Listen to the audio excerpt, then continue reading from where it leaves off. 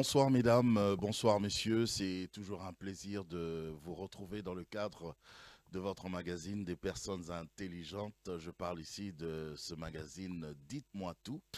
Aujourd'hui nous avons une autre personne qui a des révélations, mais il a tout plein de révélations autour justement de la parole de Dieu. Il s'agit du prophète Dieu merci. Il a fait un très grand déplacement parce que lui en principe il séjourne à Lubumbashi. Actuellement, il est ici à Kinshasa et nous allons parler d'un sujet autour de la prophétie, des prophètes, de la mission même du prophète. Et nous pourrons faire aussi un petit tour du côté de la société, la société dans son côté politique, si je peux dire ça comme ça. Voilà, prophète Dieu merci, shalom. Shalom, tonton Jaco. Merci d'avoir accepté notre invitation. Merci aussi. C'est une première fois que je vous reçois et on a raté cette émission plus d'une fois. Et aujourd'hui, je vous ai eu sur ce plateau pour parler justement, vous êtes prophète, et je veux en profiter pour que nous parlions justement euh, du prophète, de sa mission, de la prophétie. C'est devenu tout un phénomène social, on va le dire même comme ça. Aussi un phénomène a beaucoup de controverses, hein. On aura le temps justement d'en parler. Alors, euh, le prophète d'abord. Un prophète, comment vous le définissez? Tonton Jaco, la Bible s'interprète par elle-même et la définition d'un prophète est dans les Écritures. Parce que si nous prenons comme Exode 3, Exode 4, Moïse comme matériel et didactique de prophète, parce que c'est le plus grand prophète de l'Ancienne Alliance. Moïse? Oh oui, il est le seul à être comparé à Jésus. Oh, Il où est-ce dit, qu'il a prophétisé? il dit l'Éternel, c'est là où je vous amène, vous allez comprendre maintenant qui est un prophète Ok. et quelle est la mission d'un prophète. Parce qu'il y a une grande différence entre le ministère prophétique, les dons prophétiques, les prophétiques et le prophétisme. C'est Hmm. quatre choses différentes que nous allons essayer de partager Nous, on ensemble. mélange tout, on Ah, dirait. c'est là où il y a un souci. C'est là où il y a maintenant un grand souci. Vous savez, avec cet homme de Moïse, Dieu se révèle à lui dans Exode 4. Il gardait le brebis de son beau-père. Lui qui était un grand prince en Égypte, mais il devient serviteur chez les Mondianites. Il Hmm. commence à garder le brebis. Donc, il a pris cette tunique royale, il a laissé chez Pharaon Hmm. et il est devenu serviteur. Lui Mais qui était lui enseigné qui dans était... toute la sagesse égyptienne. Voilà ce qui m'étonne. Hmm. Mais la chose qui bénit mon cœur est celle-ci. Derrière les brebis de Jéthro, c'est caché la plus belle femme, Séphora, qui sera une aide semblable. Vous vous rappelez au moment où l'ange de la mort voulait tuer Moïse, c'est Séphora qui a pris la pierre, elle a fait la circoncision jusqu'au point où il a dit, tu es pour moi un époux du sang. Donc derrière les brebis, c'est caché l'épouse. Or, dans l'œil prophétique, là, je ne suis pas dans le prophétisme, je suis dans le prophétique. Ok. Cet homme de Moïse représentait l'image d'un homme qui était prince quelque part, qui avait la tunique de la royauté. Mais pour une mission spécifique, il a abandonné sa tunique, il a abandonné sa gloire et il est descendu chez les Mandianites, un peuple lointain. Il a commencé à garder le brebis, mais derrière le brebis, il a gagné l'épouse. Faisons une petite Or, le pause. véritable Oui. Moïse, c'est Christ lui-même. Il a laissé la royauté au ciel, il est descendu sur la terre, il a enlevé la tunique de la royauté, il s'est fait serviteur. Il est venu pour les brebis perdues des enfants d'Israël. Mais derrière les brebis, s'est cachée l'Église. Donc Moïse, comme le plus grand prophète de l'Ancienne Alliance, il sera notre matériel didactique parce qu'il est le reflet de notre Seigneur Jésus-Christ. Vous allez nous expliquer en Je profondeur. vais expliquer. C'est là où seulement je serai là-bas. J'ouvre une petite parenthèse. Merci. Lui, Moïse, là, vous l'avez dit vous-même, et les téléspectateurs le savent aussi, que Moïse, il a été enseigné dans la sagesse égyptienne. Il avait la connaissance, en fait, de la spiritualité égyptienne. Comment est-ce qu'une personne qui a eu cette connaissance de cette spiritualité, Douteuse, diabolique. bon, là, c'est vous qui dites, Mais Pharaon n'est pas de Dieu. et cette personne-là, comme vous dites, douteuse, Dieu diabolique, encore le prend. hein, Vous savez, Dieu ne cherche pas à les qualifier, tonton Jaco, mais il qualifie ceux-là qu'il choisit. Pour que Dieu te choisisse, tu n'es pas obligé d'être qualifié. Mhm. Il te choisit tel que tu es et lui-même, il te qualifie. Vous savez, il y a des parcours auxquels des héros, des légendes, des prophètes, des hommes de foi traversent pour un objectif d'apprentissage. Je vais m'expliquer. Je laisse d'abord Moïse. Je prends seulement Abraham. Nous pouvons nous poser la même question. Abraham est le père de la foi, tonton Jacob. Mais il se retrouve dans la maison d'un sorcier. Son père, vaut mieux Moïse. Son père Terah, il était sacrificateur de Moloch. Moloch, c'est une entité, une divinité qui reçoit les sacrifices d'enfants. Mais comment ce grand père de la foi doit naître dans cette maison? On dit même qu'il était chaldéen. Oui, pourquoi Dieu peut permettre qu'il naisse dans la maison d'un sacrificateur de Moloch? C'est parce que le Seigneur voulait l'enseigner sur la sacrificature. Pourquoi? Je vais m'expliquer. Oui. Nous et les gens de l'autre côté, nous partageons le même principe spirituel.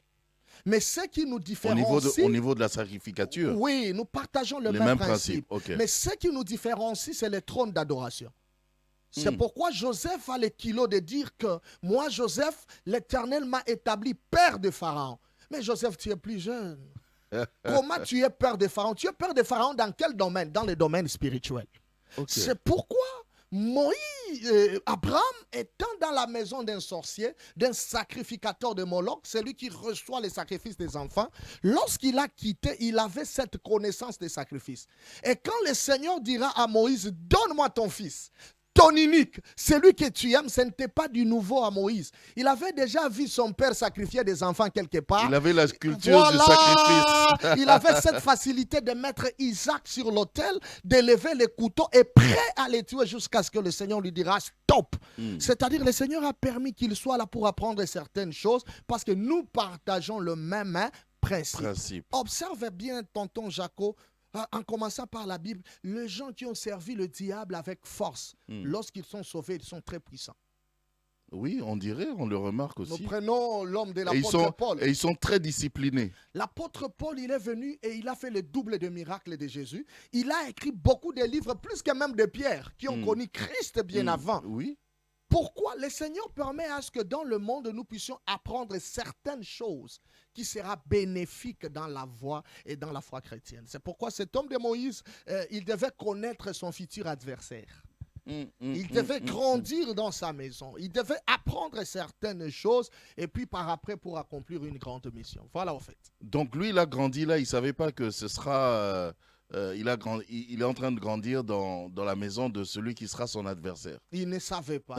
C'était dans les plans de Dieu, tout concourt au bien de ceux qui aiment Dieu. Et c'est par là où il se retrouve encore chez les Mandianites, là où il est en train de garder les brebis de son beau-père Jéthro. Il y a une voix qu'il appelle deux fois. C'est là où je vais maintenant expliquer sur le prophète et sur la mission d'un prophète. Expliquez-nous. Tonton Jaco, la Bible s'interprète par elle-même. La Bible ne s'interprète jamais par la philosophie humaine. Dieu avait toutes les capacités d'appeler Moïse une fois. Moïse! Et Moïse répond, je suis là. Mais Dieu l'appelle deux fois. Moïse? Moïse. C'est parce que dans ma Bible à moi, il y a deux Moïse. Ah.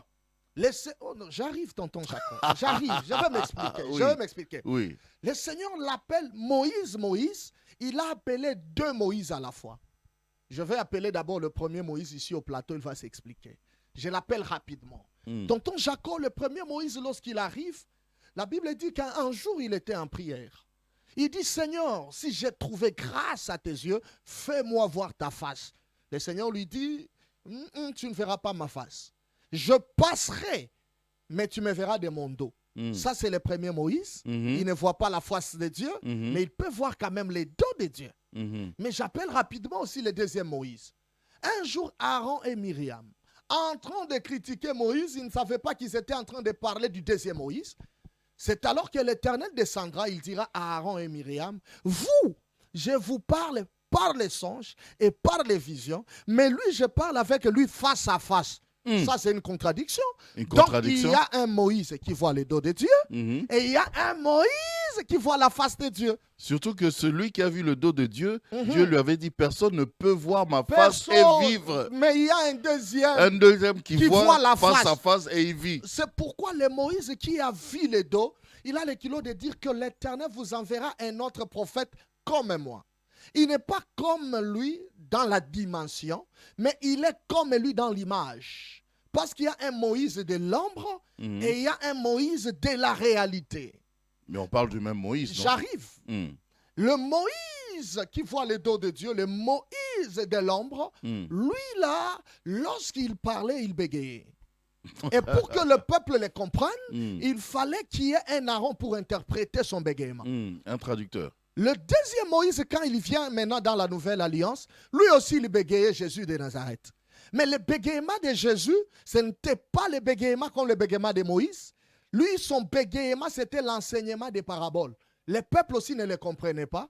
Et il fallait le Saint-Esprit comme Aaron pour interpréter les paraboles du Seigneur Jésus-Christ. Mhm. C'est dans cette dimension-là que Moïse dit, le Seigneur vous enverra un autre prophète comme moi. Mhm. Le premier Moïse qui voit la face de Dieu, lui, quand il est fâché, il prend les tablettes de la loi, il les brise. Mhm. Mais le deuxième Moïse, quand lui, il est fâché à la croix, c'est le voile du temple qui se déchire. Oh. Le premier Moïse, quand lui, il est fâché, c'est la terre qui s'ouvre et ça avale Coron, Abiram et Dathan. Mhm. Mais le second Moïse, par sa colère, le jour de sa mort, la terre s'est ouverte, pas pour avaler, mais pour vomir le sang.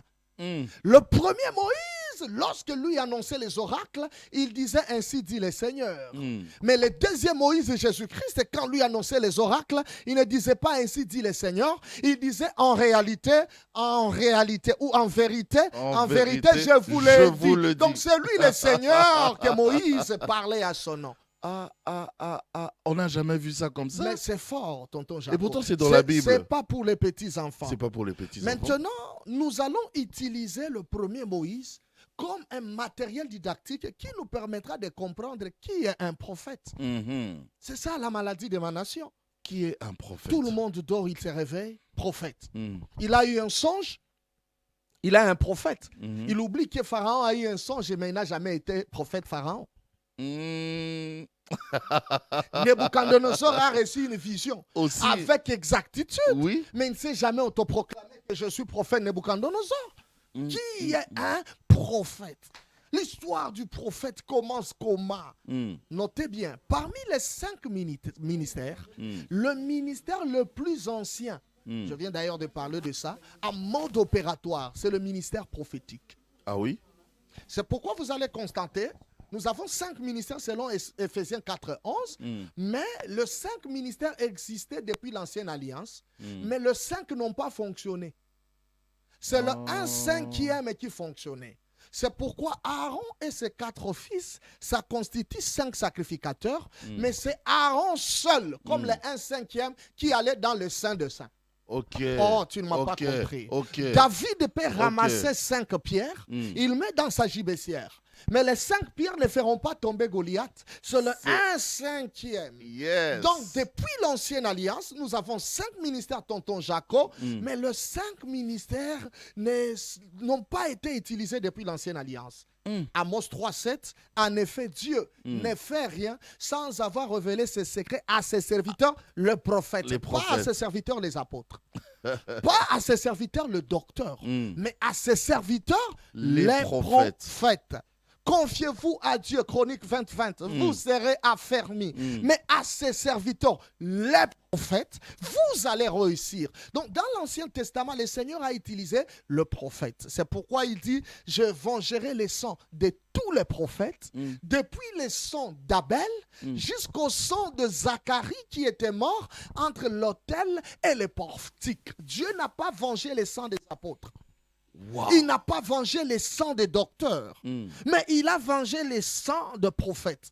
C'est seulement le ministère prophétique qui a existé avant la naissance de l'Église, qui a existé avant la Nouvelle Alliance et qui continuera à fonctionner même après l'enlèvement de l'Église.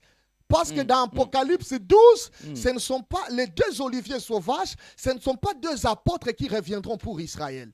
Ce ne sont pas deux docteurs qui reviendront pour Israël. Ce ne sont pas deux évangélistes qui reviendront pour Israël, mais c'est deux prophètes. L'un aura l'esprit d'Élie et l'autre aura l'esprit de Moïse.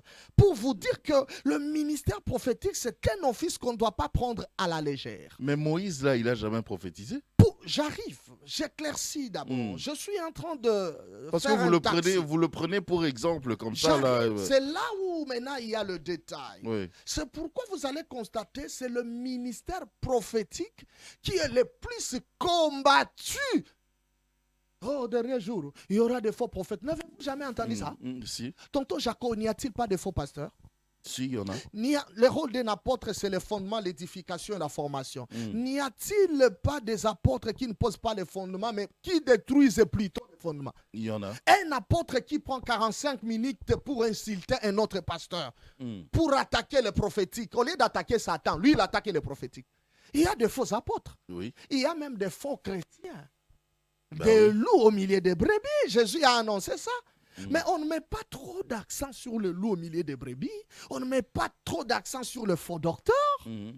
On ne met pas trop d'accent sur les prophètes. Que sur les prophètes. Parce que le diable connaît la puissance du prophétique. Mais parce que aussi ce que les prophètes vous faites maintenant, actuellement, franchement, il y a un peu trop d'abus. Hein? Non, c'est exagéré. Les prophètes n'ont rien fait de mal. Qu'est-ce que je voulais dire par là? Vous confondez les soi-disant prophètes et les prophètes. Le prophète, c'est qui? Le vrai, là. Merci, tonton Jaco. Observons Moïse. La voix l'appelle Moïse. Moïse, n'est-ce pas? 2 fois. 2 fois. Il se retourne pour voir. Il tournait le dos à la buisson. Il a vu une buisson allumée, mais qui n'arrivait pas à consumer l'arbre. Vous comprenez ça? C'est tellement fort. Pourtant, il y avait du feu. Il y avait du feu. Mais le buisson ne brûlait pas. Ne brûlait pas. Ouais. Il regarde, mais il n'a pas approché. Quand est-ce que Moïse approche? C'est lorsque la buisson libère la voix. Une buisson allumée, mais qui ne libère pas la voix, c'est un feu d'artifice. Exactement.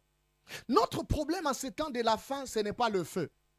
Il y a même le feu étranger. Tout le monde peut allumer le feu. Oh, ici, chez nous, il y a le feu. Le feu ne nous intimide pas. Ce qui nous intimide, nous, c'est la voix. Donc, la buisson doit libérer la voix. C'est la voix qui doit attirer un Moïse pour aller vers la buisson. Les chrétiens sont attirés par la flamme.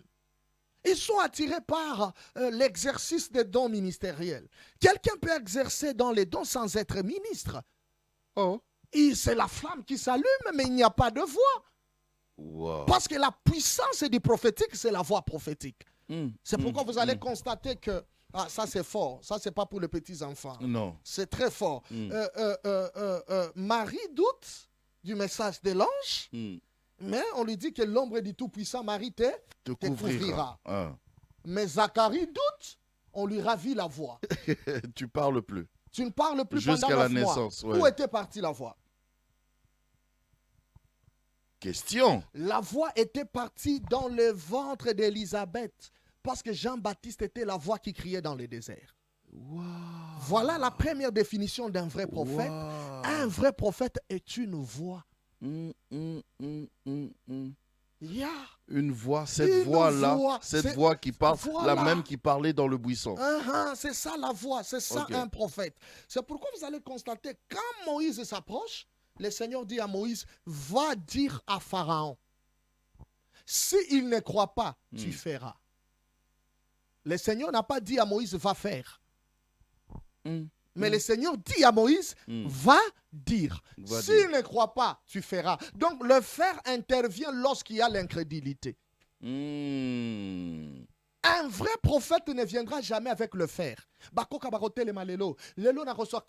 Non, ça ce sont des aventures. Non, il peut le faire. Il peut le faire aussi. Non. C'est un serviteur de Dieu. Non, ça ce sont des aventures. Un vrai prophète, il vient d'abord avec va dire. L'ainsi dit le Seigneur, la parole. C'est ça, va dire à Pharaon. Mais c'est ça, il dit maintenant, déjà. quand il y a... Non, c'est pas ça. C'est ça. Le va dire à Pharaon, c'est d'abord un message. Ah, tonton Jacob, pourquoi tu me provoques? tu agites les roseaux. Enseigne-nous. Tu me provoques, tonton Jacob. Vous savez, tonton Jacob, quel est le message que Moïse avait? Moïse avait le message de Cana. Oui. C'était un seul message. C'était un seul message. Nous devons quitter ici. Nous devons rentrer dans la terre promise. Voilà. Et quand il annonçait ce message, tonton Jacob, les Égyptiens ne disaient pas Amen. Non. C'est celle le juif qui disait Amen. Nous allons partir à Cana. Pourquoi ils étaient contents du message de Cana? Parce qu'ils ont existé en Cana dans Abraham. Mais, ok, J'arrive. d'accord. Attendez. Tu ne m'as pas compris. Attendez. À Canaan, partir à Canaan. Eux, ils ont fait 400 ans en Égypte. Donc, il y a eu plusieurs générations. Il y a d'autres même qui sont déjà morts. Maintenant, les personnes, cette population-là, que Moïse est venu trouver là, c'est une autre génération qui ne connaît pas forcément le Dieu d'Israël. Comment ils ont cru en Moïse directement? La Bible dit que Lévi ne donnera pas la dîme parce que quand Abraham donnait la dîme à Melchisedec, Lévi était dans les rangs. Maintenant, ma question est celle-ci, tonton Jacob. Lévi n'était pas là physiquement. Non. Isaac n'était pas encore né. Son grand-père. Jacob, son père de Lévi, n'était pas encore né.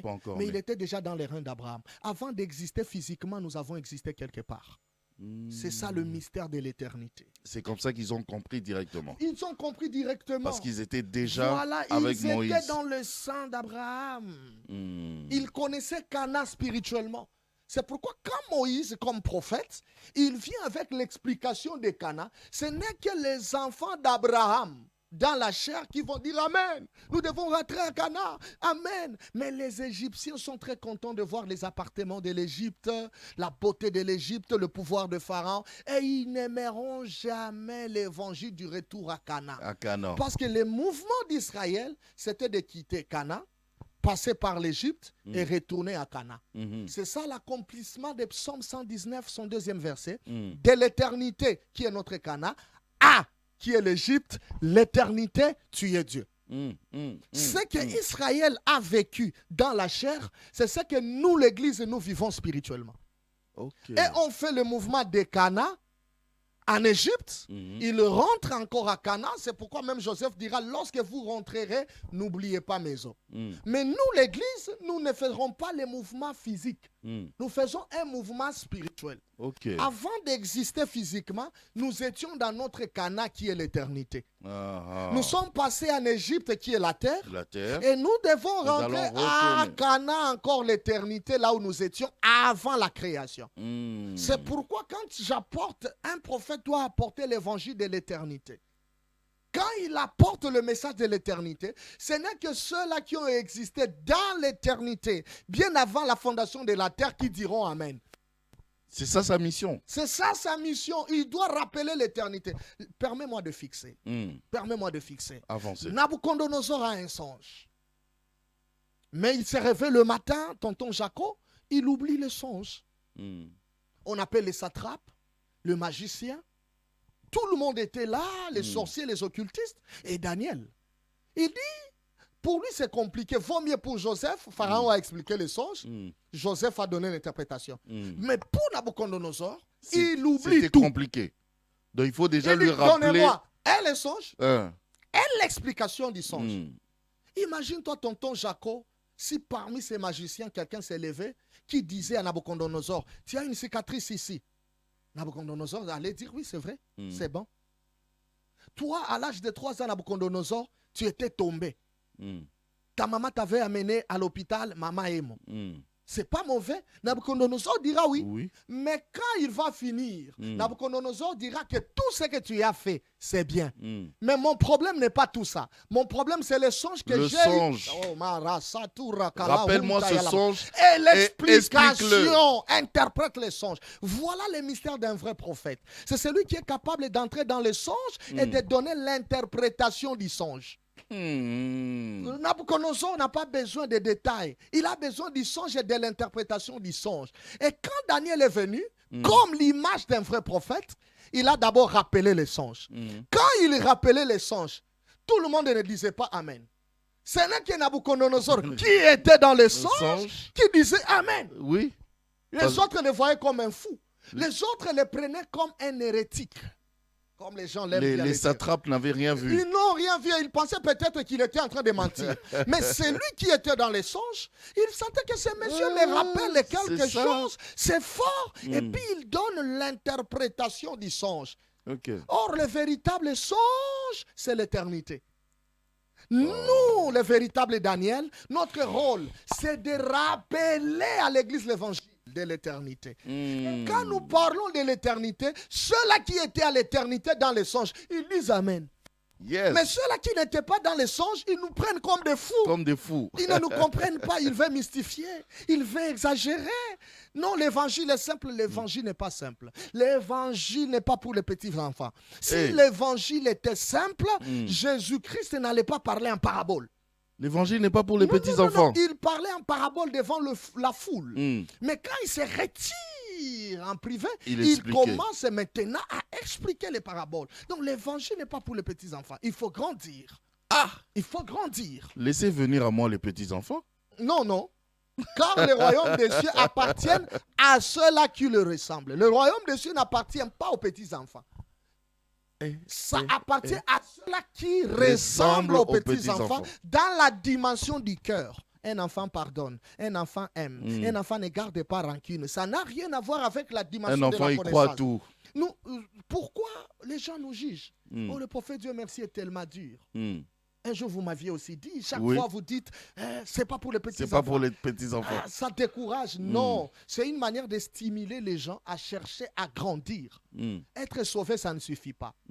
Au-delà, être sauvé, c'est comme être inscrit dans une école. Tu es déjà inscrit, ça ne suffit pas, il faut monter des classes. Ok. Tu es sauvé, tu dois grandir. La Bible dit que Jean-Baptiste croissait devant Dieu et devant les hommes. Apollos a planté. Moi, Paul, j'arrose, mais c'est le Seigneur qui fait croître. Donc, l'important n'est pas seulement de planter, il faut les amener à la maturité, à la croissance.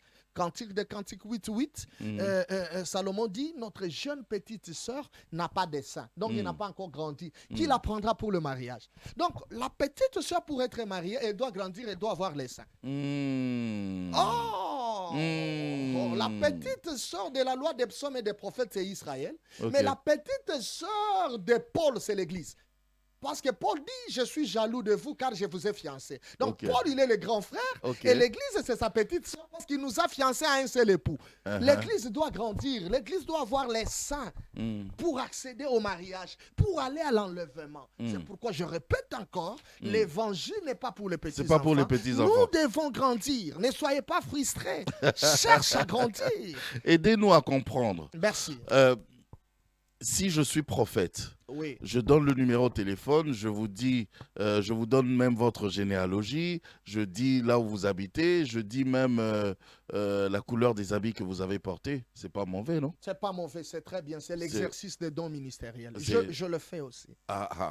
Donc c'est pas mauvais. Je ne pas trop ça. C'est très bien. Je veux que vous nous aidiez à bien comprendre par rapport à la mission vraiment du prophète. C'est là où je vous amène, tonton Jaco. Premièrement, un prophète doit avoir un message biblique qui correspond au temps. Un prophète, c'est un fils d'Issachar. Voilà, dans tout ce que je disais là, je résume en un mot. Un prophète doit d'abord il doit avoir un message biblique. Aujourd'hui, nous avons des prophètes qui nous expliquent Daniel dans la fosse au lion, mais il ne te parlera jamais de Daniel en dehors de la fosse. Or, l'histoire de Daniel en dehors de la fosse, elle est plus longue que Daniel dans la fosse. Puis il commence à avoir de vie. Ça, ce sont des foutaises. Ça, c'est blaguer avec les esprits des gens. Un prophète, il doit avoir un message d'abord biblique qui correspond au temps. Et l'horloge par rapport à tout le monde. Oui, et l'horloge prophétique d'Israël, d'un prophète de l'Église, c'est Israël. Il doit nous expliquer les événements. Il doit adapter ça par rapport à l'historique biblique et quelle est la position de l'Église actuellement. Et comment est-ce que l'Église attend le 40e virage pour être enlevé. Vous êtes face à tonton Jaco. Merci. Dieu ne peut pas vous parler de tonton Jaco. Il doit maintenant parler de la Bible, du temps et tout ça. Non, il y a la différence entre le ministère prophétique et les dons prophétiques. Oh, Tu peux opérer dans les dons prophétiques, mais tu n'es pas prophète. Oh. Vous comprenez maintenant. Hein? Ok, ok. Tu peux opérer dans les dons prophétiques. Je l'appelle rapidement Saoul. Il vient ici au plateau, il vient appuyer ma thèse. Dieu lui dit, le prophète Samuel lui dit, tu passeras près du sépulcre de Rachel. Tu croiseras un groupe de prophètes. Toi aussi, dans ces groupes-là, tu prophétiseras. Mais il n'a jamais été prophète, Saoul. Il était resté roi Saoul, bien qu'il a opéré dans les prophétiques. Les prophétiques, c'est un mouvement et c'est une promesse. Ah, la soupe, Yes. la mahanta. Joël 2, 25, je répandrai mon esprit sur toute chair. Vos fils et vos filles prophétiseront. Quand on dit prophétiseront, ça ne signifie pas que ça sera des ministres. Ils deviendront des prophètes. Non, ils navigueront dans le prophétique. Okay. Nous sommes dans la saison du prophétique. Yeah. Tu peux être apôtre, mais tu peux voir.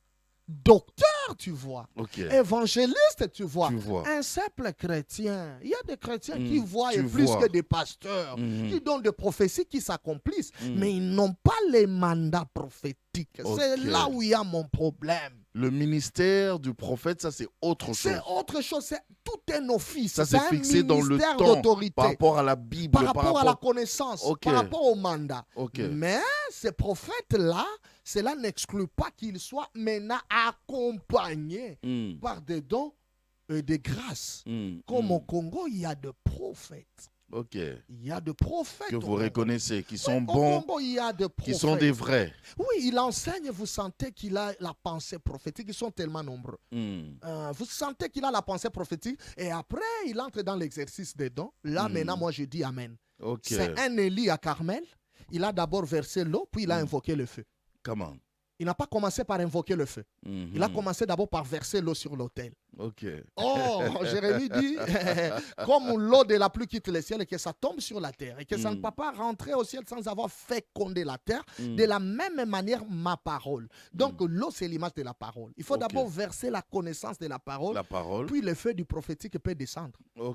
D'abord la parole. D'abord la parole. Je motive nos amis prophètes, même les mbikoudi, même les magiciens, même les féticheurs, voient en esprit. Venez apprendre, ça ne dérange pas. Nous sommes des éternels apprenants. Même nous, aujourd'hui, nous continuons à apprendre. Même les maîtres spirituels, ils voient. Hein? Oui, ils voient, mais ce ne sont pas des prophètes. Et ils voient avec exactitude. Mais ce ne sont pas des prophètes. Ce ne sont pas des prophètes. Actuellement, il y a des formules pour voir. Tout le monde peut voir, mais d'une manière malicieuse, satanique, diabolique, démoniaque.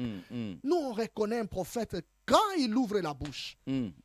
Il commence maintenant à expliquer les Écritures. Il adapte les Écritures par rapport au temps.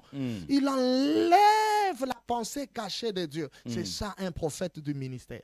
Donc lui, sa prédication, c'est toujours dans la dimension prophétique. Oui, c'est là, dans la dimension prophétique, révélationnelle. Il oriente l'Église. Aidez-nous à comprendre, parce que vous avez parlé de cela. En quelques mots, rapidement, je ne sais pas si on arrivera à terminer. Le prophétique, le prophétisme, le prophète. OK. Le prophète, d'abord, c'est le ministère prophétique, l'office. Ephésiens 4, 11. Le prophétisme, c'est l'art de prophétiser.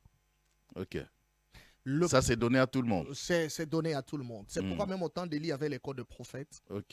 C'est un art. Le prophétisme, c'est un art, c'est un talent. Ce n'est pas un ministère. C'est pourquoi il y a des gens, ils reçoivent le Saint-Esprit. Aujourd'hui, le soir, ils commencent à prophétiser. Le cornet de la Bible, Acte 19, 4. Il n'est même pas, Pierre trouve même des gens qui ne sont même pas baptisés, qui parlent en langue, mais qui prophétisent déjà. La Bible ne les reconnaît pas comme des prophètes. C'est-à-dire ça, c'est l'art. Le prophétisme est un art. Ça va? Le prophète, c'est un office, c'est un ministère. Mais le prophétique, c'est un mouvement. Je répandrai mon esprit sur toute chair. Vos fils et vos filles prophétiseront. Nous sommes au temps de l'accomplissement de cette prophétie de Joël 2, 28. Donc actuellement, si je vois même ma fille Prophétiser, c'est normal. T'inquiète pas, ne la juge pas, ne la décourage pas. Mais elle n'est pas prophétesse. On ne sait pas, elle doit nous prouver maintenant. Elle a quel message biblique. Hmm. C'est pas moi qui juge, c'est les Ok. Écritures. Vos vieillards auront des songes. Quand on parle de vos fils et vos filles prophétiseront, et on va faire la distinction maintenant avec les vieillards. Vos vieillards auront des songes. Ce sont les vieillards naturellement comme ça par rapport à l'âge ou des vieillards, devrons-nous comprendre cela sur le plan prophétique? Tonton Jaco, ça a un autre couloir, ça peut nous prendre un très long moment. Ah, je vous provoque Ah aujourd'hui. oui, peut-être prochainement, quand vous allez nous inviter, on va bien déchirer ça. Nous allons parler seulement à la hâte. Vous savez, c'est pour montrer que la jeunesse a la vigueur. Ok. Mais la vieillesse, c'est un temps de sommeil. Parce que c'est lui qui voit de vision, c'est celui qui est dans l'éveil. Mais c'est lui qui voit des songes, c'est celui qui dort. C'est fort ça. C'est fort. Oui, donc la jeunesse, c'est la vigueur. La jeunesse, c'est la force. Au temps de la fin, parmi des armées que Dieu va utiliser, il va utiliser la jeunesse. C'est pas par rapport à l'âge. Ce n'est pas seulement. C'est pas seulement l'âge. On prépare déjà le cœur des gens à accepter les jeunes. Ok. Mais il y a des papas terribles qui sont dans le réveil plus que les jeunes. Wow. Ils sont nombreux. C'est une préparation. Ça dépend du contexte et de la pensée qui est cachée. Alors, par rapport à ce que nous vivons actuellement, oui. Sur le plan des prophètes, vous avez dit qu'il y a des vrais que vous connaissez dans notre pays. Je suis content. Mais qu'est-ce que vous pensez maintenant qu'il faut faire pour bien orienter les choses dans ce sens-là, dans le domaine du ministère prophétique? Que les pères prennent leurs responsabilités, que le message de la réconciliation, de la paternité soit revu. Parce que tu ne peux pas corriger un fils qui n'accepte pas d'abord d'être sous tes pieds. Et ce qui chasse beaucoup le fils, c'est le manque d'affection. Ça, c'est les cris de fils. Ils ne trouvent pas d'affection auprès de leur père. Parce qu'un père, ce n'est pas la renommée. Un père, ce n'est pas le nombre d'années dans le ministère, mais un père, c'est le cœur. Malachie nous dit, il ramènera les cœurs de père vers le fils. Donc la paternité, c'est un cœur. Les gens aussi maintenant... C'est une responsabilité, c'est la dimension du cœur. C'est pourquoi vous verrez, tonton Jaco, quand les fils prodigues revenaient, les pères avaient toutes les capacités de rester dans la chambre et de lui répondre là-bas. Assis-toi où tu veux. Mais le cœur d'un père, c'est un père mais avec le cœur d'une mère. Il sortait. Il est sorti, il est resté à la porte. Être à la porte, c'est faciliter le retour du fils. Que le père facilite que leur fils rentre d'abord à leurs pieds avec amour, qu'ils diminuent un peu la rigueur, qu'ils comprennent un peu les caprices des enfants, c'est toute une famille, et commencer à recadrer quelqu'un avec amour. Bien qu'il y a aussi des fils qui ne veulent pas vraiment être orientés, mais cela peut aussi contribuer à beaucoup de choses. Aujourd'hui, on ne sait pas qui est père de qui est fils de qui. Tout le monde appelle tout le monde fils. Quand il te dépasse l'âge physique, fils. Tu vois, on ne sait pas qui est fils de qui. Et surtout que maintenant aussi, on ne veut pas cette histoire de père, père spirituel. Par exemple, tonton Jaco. On a dit que seul Dieu est père spirituel. Par exemple, je dirais quoi? Je suis ami à un... je reconnais quelqu'un comme un père, n'est-ce pas? Mais il devient ami de mon fils parce que mon fils a une grande église. Ils deviennent des amis. Ça va? Oui. Quand nous partons maintenant dans l'église du Père, il présente mon fils comme son collègue, mais moi, il m'appelle fils. C'est ça la confusion qui est actuellement dans le pays. C'est bizarre, non? Oui, c'est bizarre, mais c'est trop bizarre. C'est bizarre, mais c'est logique aussi, non? C'est trop bizarre, c'est pas logique. Et lui, mon fils va m'appeler qui? Père. Père. Mais il est collègue déjà de mon père. Il est collègue de votre père. Ça, c'est un examen. On ne sait pas, on doit revoir le message de la paternité parce qu'il y a beaucoup de gourous qui ont combattu ce message alors que c'est un message biblique. Paul dit, bon, je suis votre père car je vous ai engendré par l'évangile dans la foi. Donc, Paul, l'apôtre, reconnaît la paternité. Et Jésus lui-même dit, en ce qui concerne ma doctrine, dans Jean 18, demandez aux apôtres. Ok. Donc, c'est les apôtres qui connaissent la doctrine. Jésus les a donné ses mandats doctrinaux. Donc, Paul nous enseigne la paternité. Oh, Jésus lui-même, il a dit, il n'y a pas, n'appelez personne père sur la terre, à part Dieu. Cela, ils prennent cela dans un sens seulement spirituel. Donc, ta fille aussi ne t'appelle pas papa. Parce qu'il a dit personne. Non, je l'ai engendré. Ah, ouais, c'est vrai. C'est vrai, c'est vrai. Vous comprenez? Ils prennent seulement dans un sens pour casser les pasteurs. N'appelez personne père. Mais celui qui t'écrit n'appelait personne père sur la terre, son père biologique, il l'appelle papa. On dirait que son père, c'est un arbre. Mais ton père biologique aussi, il est père. Lui aussi ne l'appelle pas père. Parce qu'on a dit personne. On a dit personne. Ils prennent seulement un côté pour attaquer l'honneur des hommes de Dieu. Bon, on comprend, ce sont des complexes. La doctrine de la paternité, elle est biblique, mais il faut revoir cette doctrine, que les pères reprennent leur place, que les fils reprennent leur place. Nous devons savoir qui sont des pères, qui sont des aînés, qui sont des collègues. Très bien.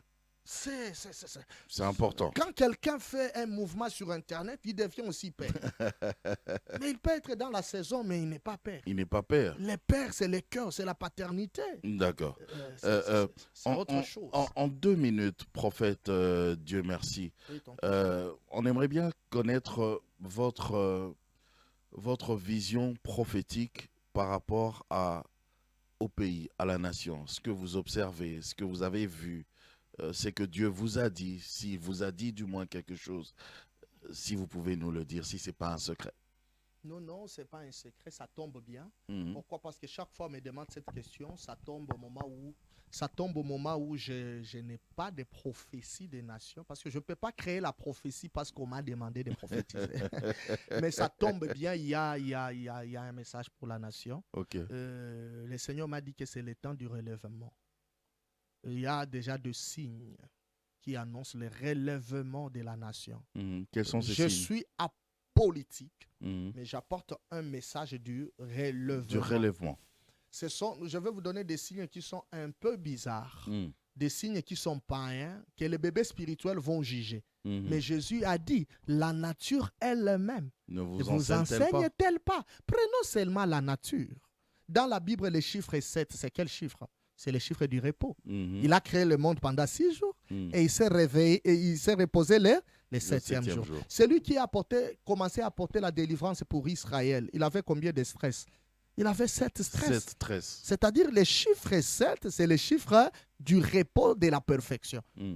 Prenons la nature. La nature elle-même ne vous enseigne-t-elle pas? Le Congo a fait combien d'années pour aller à la Coupe du Monde? 52 ans. Entre dans les calculs prophétiques. 5 plus 2? 7. C'est le repos. Ça annonce le repos pour la nation. Ne négligez pas ça. Non, ne négligez pas ça. Ok. Ne négligez pas ça. Dieu relève cette nation. Et il y a des choses encore qui vont se passer. Avant la fin de cette année, il y aura 4 autres signes que le monde comprendra que le Seigneur est en train de faire quelque chose. Ne jugeons pas les autorités par rapport à certaines choses. Reconnaissons que le pays était trop bas. Changement de constitution, révision de la constitution, changer, ne pas changer. On ne les juge pas par rapport à ça. Tu veux que j'en parle? Parlons-en un tout petit peu. Bon, la constitution, la changer ou pas, quand une chose n'est pas bonne, on peut la changer. Mais si elle est bonne, pourquoi la changer? Celle-ci, celle que nous avons, elle est bonne ou pas? D'ailleurs, l'apôtre Paul dit ceci, que et si la loi de Moïse a été parfaite, pourquoi donc la changer par la grâce? Alors celle-ci, elle est bonne ou pas? Bon, je ne sais pas, je n'ai pas encore eu le temps d'étudier toute la Constitution pour comprendre si elle est bonne ou pas, mais j'accompagne les changements de la Constitution dans une dimension où ça sera pour l'intérêt du peuple. Et s'il y a des mauvaises choses à l'intérieur, pour nuire le peuple, on peut changer. Mais s'il n'y en a pas, pourquoi changer? D'accord. Votre dernier mot. Que le Seigneur remette de l'ordre dans le sacerdoce par sa grâce, et qu'il remette aussi de l'ordre par sa grâce dans le prophétique. Je me rappelle dans les tombeaux de Jésus, il y avait les linges de la tête et les linges de pied. Mais ce qui m'étonne, c'est de voir que les linges de la tête sont restés intacts, ordonnés. Mais les linges des pieds étaient dispersés. La tête, c'est Christ, mais les pieds, c'est l'Église.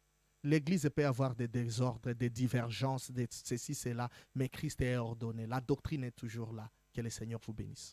Amen. Merci beaucoup, prophète. Dieu merci. Tonton Jacob. J'espère qu'on aura peut-être une autre émission, peut-être pas ici, mais ou à Lubumbashi. Welcome. Qui sait? Soyez les bienvenus. D'accord.